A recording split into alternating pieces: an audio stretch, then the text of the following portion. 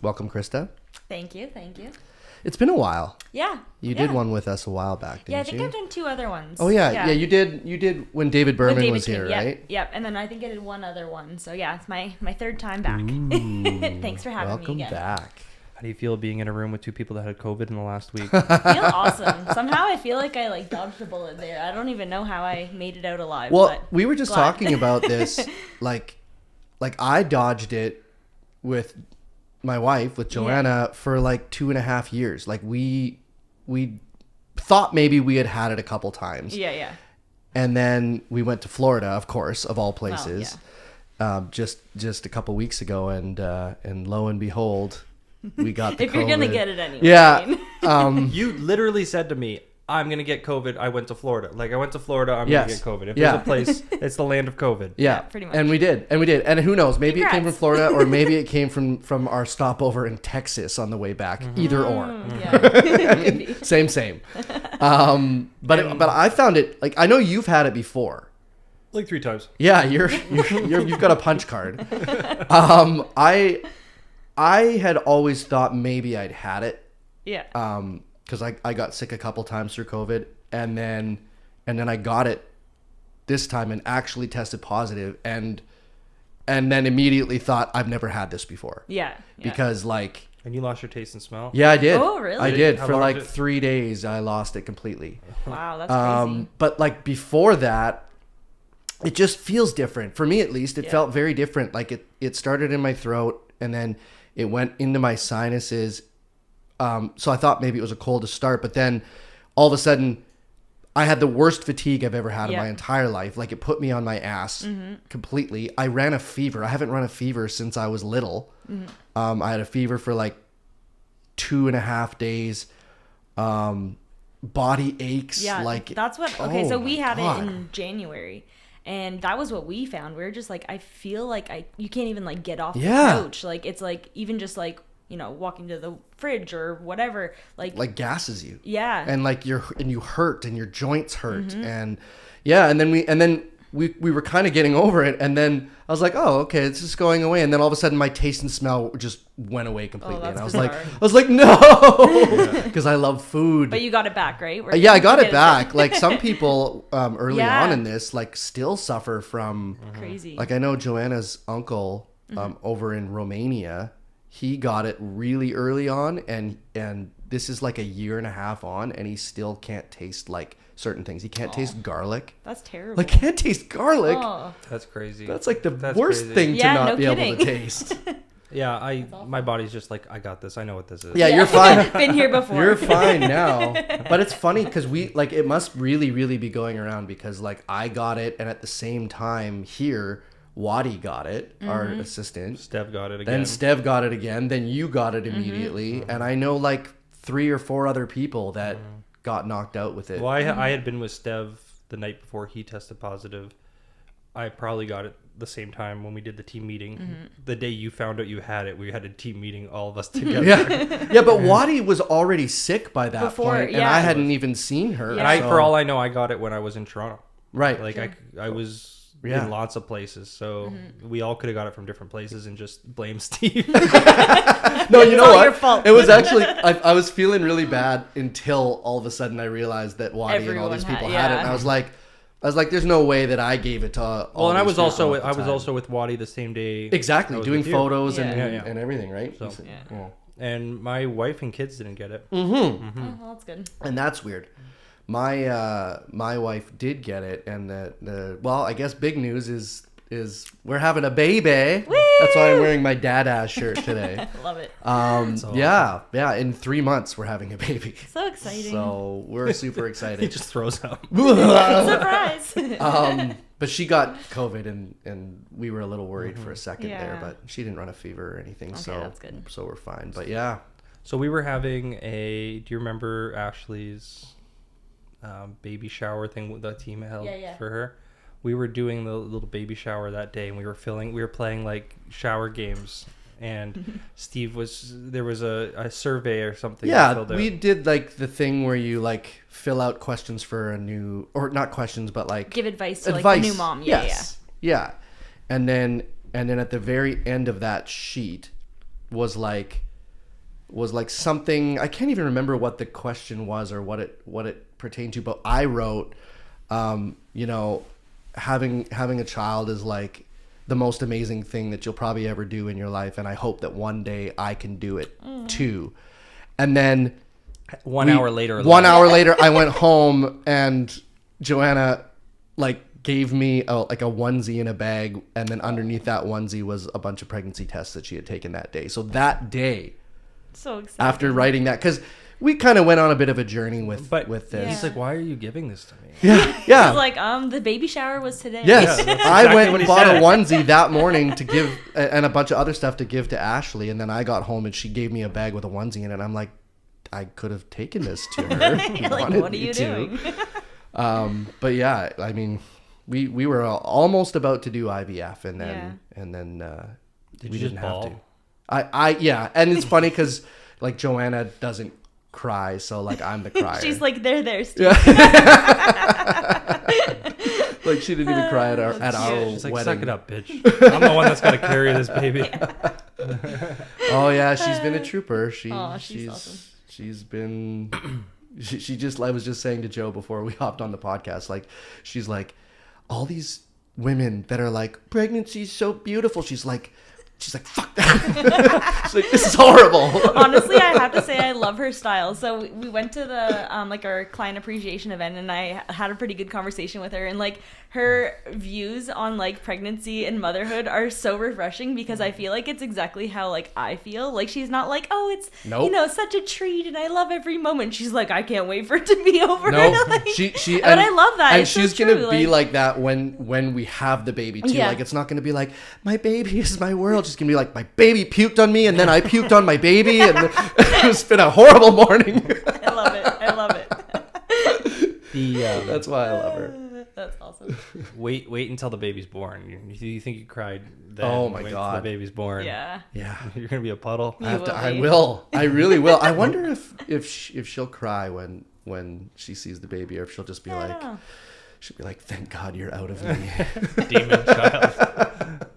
Are you guys doing any vacations before you leave? We just did Florida, and that's it. Yeah, we just did our COVID getaway. They're like, yeah, that's enough. Luckily, we didn't have COVID while we were there. Like, we got to enjoy our vacation. Did they test you before you come back? No, they don't do anything anymore. They still make you do that ArriveCan app though, which really? Yeah, which is so stupid. Even the border guards are like, this is dumb. Yeah. Like it's a bunch of arbitrary information. They like want to make sure that you're vaccinated, I guess. But other than that, they're like, I don't know, this is stupid. It's not stopping COVID from like it's everywhere now. You obviously had COVID. Yeah. And I got back in just fine. And gave it to everybody. The government shows up at my house like later today. We watched your podcast. Oh man. Maybe we should delete that part. No, I'm kidding. Yeah. Vacation? Not really anything big. I have a couple like weekend trips maybe planned. Like a concert that I was supposed to see in March that got canceled. Now I have to go in September. Like things like that. Nothing massive. I am actually going away before the baby, but not with Joanna. We were supposed to both go, but I'm actually marrying two of my best friends in Italy. Oh my gosh. In September. So he has a baby on the way, and he decided, I'm going to go marry two women in Italy and never come back. Yeah, never come back. So you're marrying. Yeah, I'm officiating. You're officiating. I'm officiating. I'm marrying my other two friends in Italy. But yeah, like Joanna is won't be able to fly. She's the maid of honor. But she can't fly. But like she's gonna be. You can like, FaceTime her. She's gonna be like 8 months pregnant, and like that's a long way to go. Like I think you could still do it. It's borderline, like health wise, but like to get there is like a long ass day. Be on the plane, like the longest flight is like 10 hours. Like she's not going to be comfortable. No. And then be like traveling around Italy and stuff. Like, I remember Rome's airport was a shit show. Yeah, I've never been. I've only been to the train station there. It was a shit show. But yeah. So, anyways, we're that's exciting. It'll be a little bit different for me because I don't even remember the last time I traveled without her. It will be terrible. Well, just a long, but just a long like flights and stuff, like that's like the best part about like long trips is Traveling like with someone, like being with her and like, you know, I'm just gonna be sitting beside some sneezing Sweaty COVID person. ball again, probably. In a Could be plane. a very attractive girl. That never happens, Joe. That never happens. You're like sitting on the plane and you're like watching people come on and you're like, come on. You see an attractive girl get on the plane and you're like, yes. And then they sit there and then this big fat guy comes on the plane and you're like, no. So our flight back from Croatia was 11 hours. Yeah, it's pretty long. We were in the middle of the plane, and you know how it's like 2 seats, then 4 in the middle, or like 2 in the ends. Where we were, it was bathroom, 4 seats, bathroom. Oh, lovely. Okay. Mm-hmm. Me and my wife were the 2 middle of the 4. And there was two random people on both sides, and clicking doors to the bathroom on both sides of us. This plane did not have the TVs on the back of the seats. They just had the generic movie they decided to put on the... that's the worst, too. It's the worst. And then we get on the plane, and when we're walking up, there's this... I would say old lady, but like 120-year-old old lady. Like, she didn't look like she was alive. And God. She's like hunched over, and they let her on the plane before everybody because she was so old. And so it was her, then Chelsea, then me, then random, and bathrooms on the side. And the entire 11 hours, this lady slept on my wife's shoulder.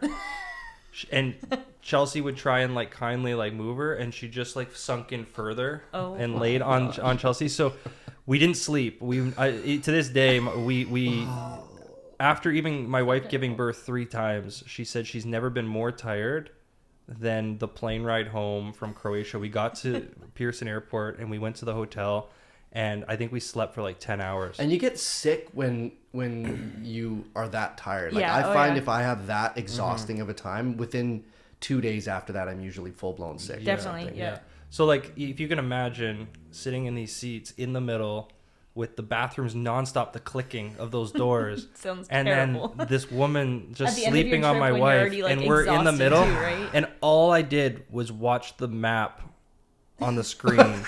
You're like, either I can watch... We're 20 minutes closer. Sweet. Either I can watch Serendipity on I think it was like Mamma Mia or something. I think, no, the one here the worst. So Dalton told me the story, and I still to this day think it's so hilarious. So they went to Hawaii, and it's like the long flight, right? Like 24 hours, whatever. They played Pride and Prejudice. They're like, who wants to watch this home from Hawaii? Our flight to Italy was so lovely. We were on like Italia Airlines, and we had like the nicest seats and the most high tech like shit. And on our way home, I don't know what we were flying. Croatia Air. No, I think it was fucking Air Canada. But I wouldn't doubt that. Are you seeing what's going on with Air Canada now? Crazy. Yeah. Like try to avoid Pearson Airport at all costs. Well, I think Pearson Airport just ranked the worst airport in the I world. heard that too. It was being beat by Shanghai's airport for like a week, and then they were like, oh no, you're actually the worst. You are really the worst. It's amazing. Well, that's another reason I'm not ready to travel right now. And I think like the big place, like Frankfurt is one of the ones that is really fucked up too. Because so Toronto Pearson was just ranked the worst airport in the world for delays. We were reading stats like Air Canada is... It's getting better. Air Canada is literally... Yeah, look, percentage of flights delayed, 52.5%. Oh my god. Of the flights in and out of that airport. So you almost have to like assume you're gonna get delayed. So like going my mom and dad are going to Greece, and their trip's been rescheduled like 3 times, and they were supposed to fly from Windsor to Toronto, so they just already canceled that because they're like, we can't risk it. Even happen. So we're just going to drive to Toronto. But what's going to happen is if they get delayed or canceled, it screws up everything. Why aren't they flying out of Detroit? Okay. Like that's what going to Italy. I decided, fuck that. Yeah. So I booked from Detroit to Montreal, and then Montreal to Rome. Okay. And so I'm bypassing. Yeah, that's probably smart. Toronto altogether. Yeah, because when they get to Toronto, if they're even delayed, then they miss their next. Yes. Then they miss the next, and it screws up everything. You never know when you're going to get rescheduled on your flight. They're supposed to be also going on like this like river cruise thing through like Greece. So not only do they miss their next flight, but then they start missing like miss actual the cruise. like and they have to like get to the next town. Like so, what you have to do in those situations, and this has always been true of cruises, but you always have to give yourself like buffer days, because if your flight gets delayed or canceled and you're supposed to be there the next day to catch your cruise, the ship's not waiting for you. there's nothing you can do. If you miss that, you're done. That's the baggage claim at Pearson. Terrible. Yeah, that's the worst part. If you can fly, I'm gonna try to see if I can fly carry on to Italy. Yeah, I think that's the move, honestly. And then just like, if you need anything there, at least you know. That's so crazy, isn't it? Look at how stupid that is. Good luck. There's so we put air tags in our bags. Oh, that's smart. Yeah, it's actually awesome. What a move. I like that. It's awesome because is it like a digital like it's Apple.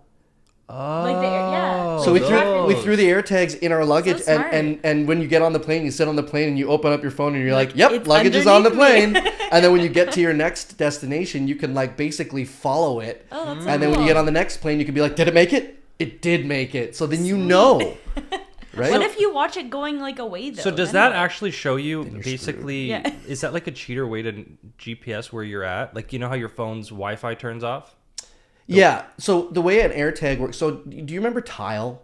Yeah, that's what I picture it being. So Tile was the same thing, but the problem with Tile and the reason that it never really took off that much is because Tile's really good if you lose like your keys in your house. Or something, right? Like if you can't find your keys, or if you can't find something, because it's Bluetooth, right? Beyond that, Tile works off of other tiles. So if somebody else has a tile near your tile, it can kind of triangulate your location as long as they're with their tile.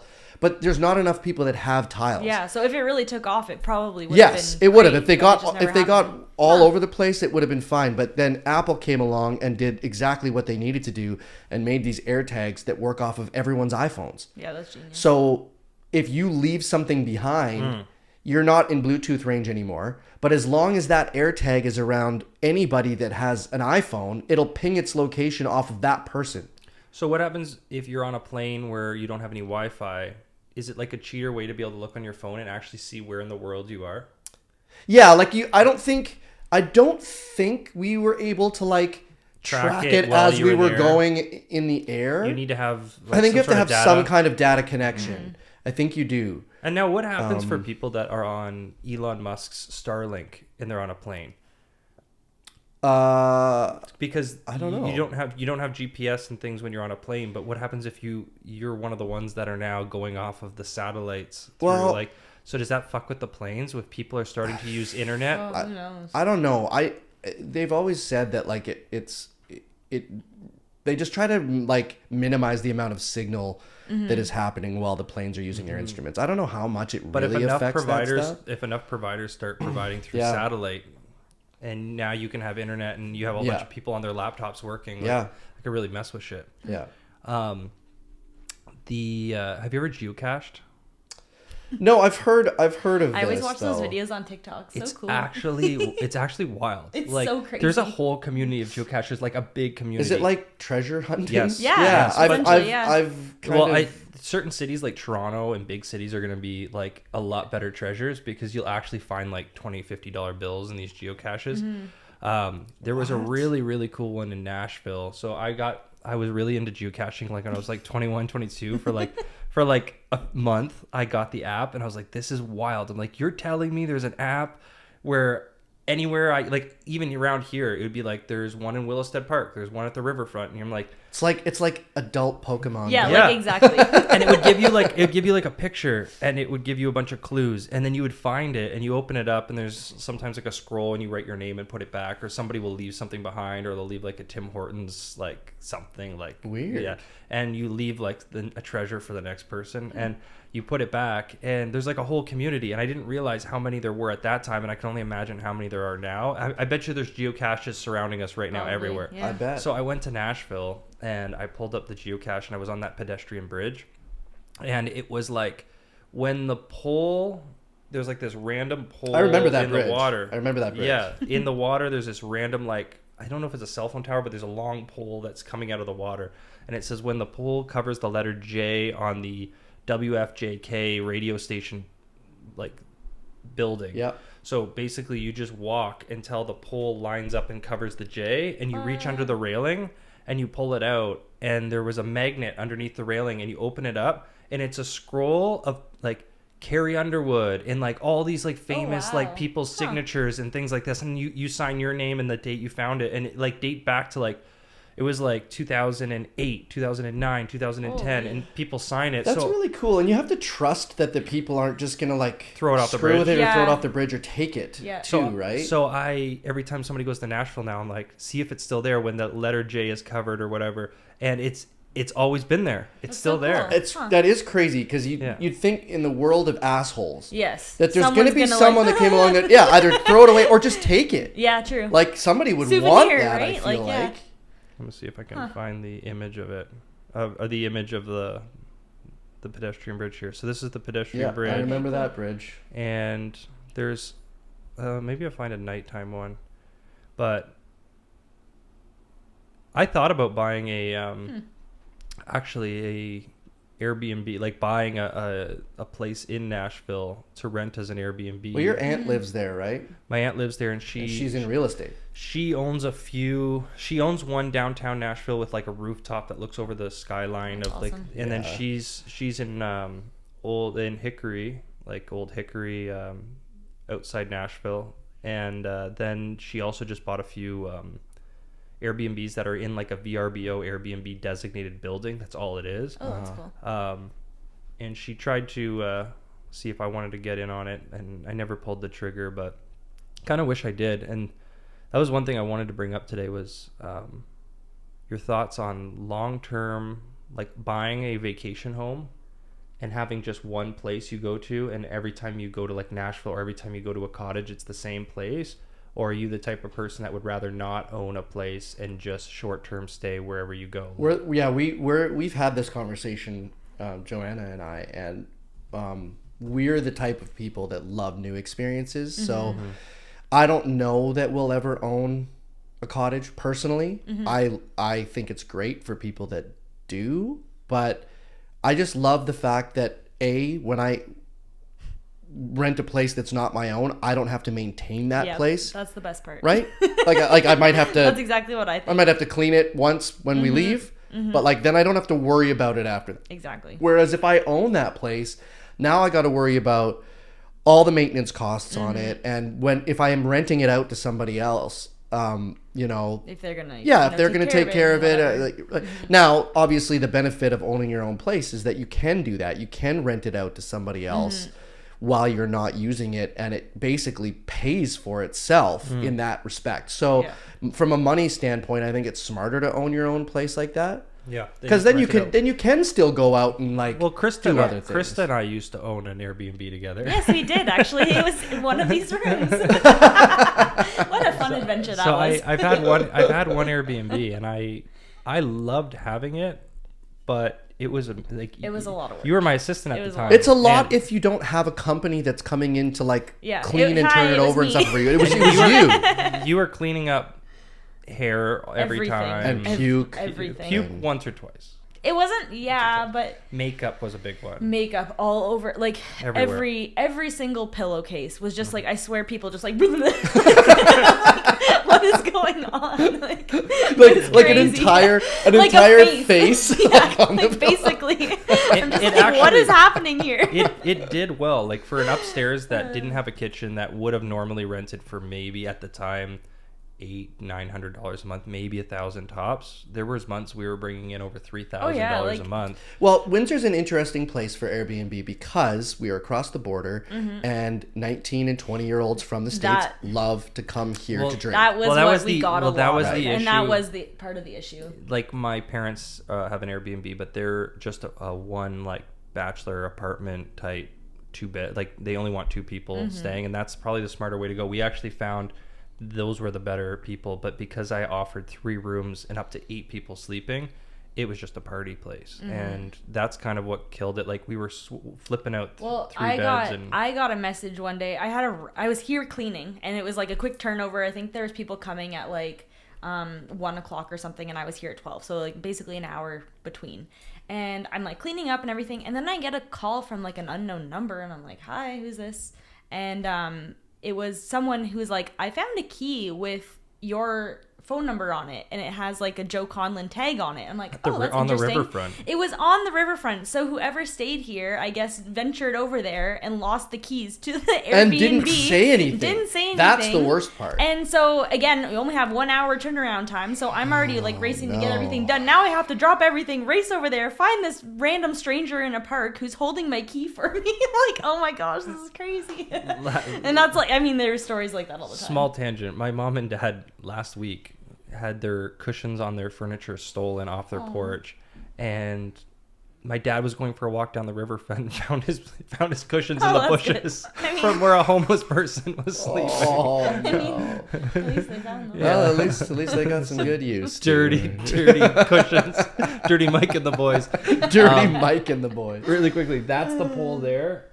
See this pole? Yeah. And see the radio station letters there. Crazy. So when you're this was probably when you're taken on the bridge, when that pole covers one of the letters. That's crazy. That's where the geocache was. But that was one of them, and that was the clue. So cool. It's funny that you bring up Nashville just quickly, because Key West, we were just in Florida, and it felt a lot like a little Nashville. Like when you go down, like basically once you're down in Old Town in Key West, it's just like bar after bar after bar of live music. That's awesome. Everywhere. I feel like that a lot of the cities are like. Well, if it's a touristy place, and then at our hotel, like on 3 of the days, they had people come from like 1 to 4 around the pool and play music as well, live so music. Cool. Well, and I saw we had another guest at the pool. Steve can't help himself. He sees a guitar and a microphone. He's like, I'm there. But it's funny because so this guy who was playing there, he has like a very similar story to me. He did American Idol. Oh, cool. And made it to like the top 40 in American Idol in season 3. Oh, that's so cool. And I made it to the top 40 in Canadian Idol a couple times in their earlier seasons. So we had like we started chatting like when he was on one of his breaks, and I was talking to him and just sort of like learning all about what he does and how it works and everything down in Florida, and then he was like, well, do you want to come up and play it? You're like, well, and then of course, and then Joanna's just like, God, how do you do this every time? She's like, you find a guitar no matter what, and you somehow end up playing to everybody. I love it though.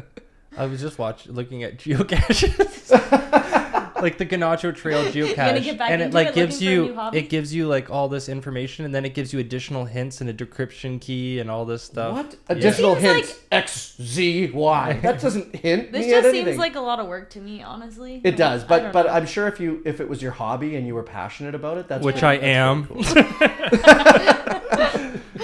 Which I am very, very passionate about. You would probably love Pokemon Go. You really would. On that. I dabbled. I figured maybe you did. I caught a couple Pidgeys. That's amazing. I did download it. I did play it for like a week, and then realized if I ever wanted to catch them all, it would take me a long time. It would take you a really long time. You know, when I lived in Toronto and Pokemon Go was really becoming a huge thing. Do you remember the parks? Yes. Oh it was getting really, crazy. really bad, and they had to do something about it because there's a park down by the ferry to Toronto Island, and it was like impassable when people were playing it. Like and finally like the city had to step in and be like, it's so funny because I never really thought about this, but I just realized, you know, when you're in elementary school and there's like the new craze that comes out and then everyone has it and then all of a sudden it gets banned. Yeah. It's like it's that happened. had to happen with the city. Yeah, well, it did. Well, that's what the city had like okay. When I watch videos about so like, funny. will augmented reality become a thing and will it take off? The answer is always like yes, because it's already proven to become a thing. Yeah. The concept's already been proven, and it was almost too big. And that's like wait until other places and businesses and things come out with other stuff. Well, it's gonna be crazy because I think what these companies are trying to do, like Apple and Google and everything, is they're gonna make the glasses, right? They're gonna make glasses that have the screens basically integrated into them. I think our phones are gonna become less and less used.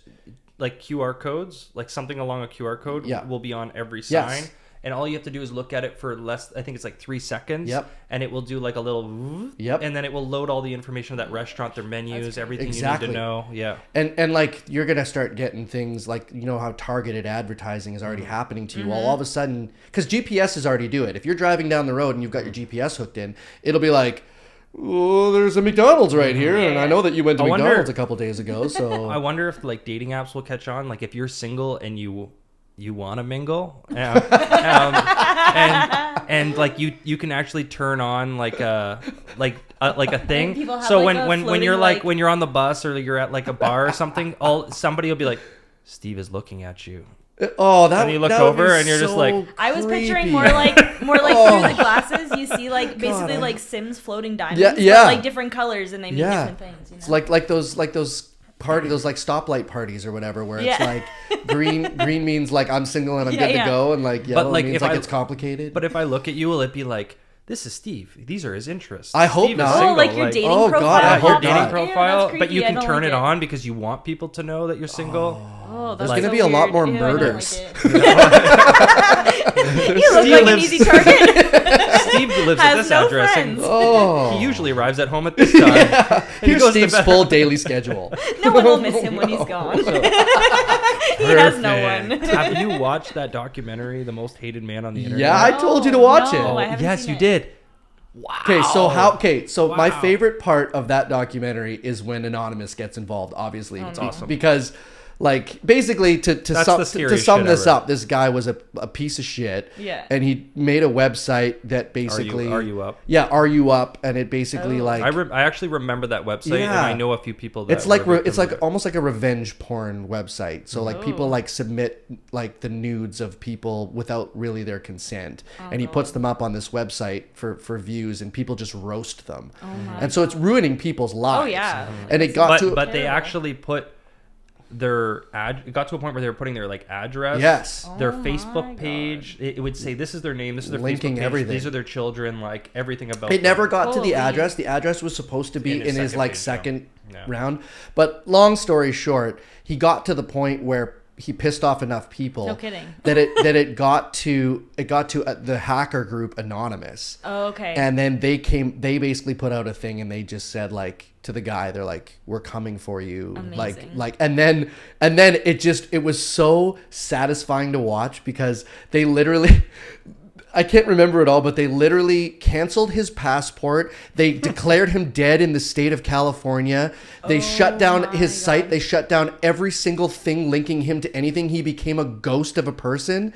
And like just immediately overnight, they were just like, you're gone. And his website like disappeared. His website disappeared. His like, yeah. Wow. I gotta say, I love this new like whole trend of like the internet just like solving these mysteries. Right? Yeah, it started like, with Don't Fuck with Cats or whatever, right? That's the same people that made this one. This one. Yeah, okay, that makes sense. But like there's something so cool about that. Like the community kind of coming together for one common goal, and they're like, no, we're going to take this guy down. Like we watched that Girl in the Picture documentary. Watch it. It's a roller coaster. It's only 2 hours long. Oh, I think I've been watching a very different documentary, but I'll get into that. We've been watching Woodstock 99. Oh, I watched it. I heard it's good. Oh my okay, God. sorry to cut you off. Oh. Yeah. Yeah, I heard it's good. Was it just a bunch of wannabes though trying to make their own Woodstock? No. Woodstock 99 was fucking huge. Yeah. It was huge, but for some reason it was like fire. It was like the perfect storm of like all these like kind of more like negative things Everyone was angry like, and then they didn't think about like the order of the set list, right? So like I think in the middle of like a set they had like Korn come on, and everyone got like so amped up, and then the next person was like a little bit like, it was like Jewel. Lower key. I think it was like Bush or something, so still kind of rocky, but anyways, and it just like people got like angry, and they ended up like destroying. They made a lot of mistakes. Like they did it in the middle of like an old military Air Force base concrete jungle. Like it wasn't. And then it rained, and it was just like gross everywhere. And they didn't understand how to do bathroom facilities at that time. So it's like a fire festival type. Yeah. Oh yeah. Exactly. People were literally like playing in the mud, but it wasn't mud. It was just shit. Yeah. Crazy. Human shit. Yeah. What? Yeah. My buddy told me to watch it. I haven't seen it yet. Yeah, it's pretty good. I started Ozark. You started what? Ozark. Ozark. I thought you said Noah's Ark. I started Noah's Ark, made it in 1984. It's going to take you a while. 1984. It's a real hit. Ozark is awesome. That's a really good show. Fuck, this has been good, but we got a team meeting to get to, so next week. We already are I know. done. Peace.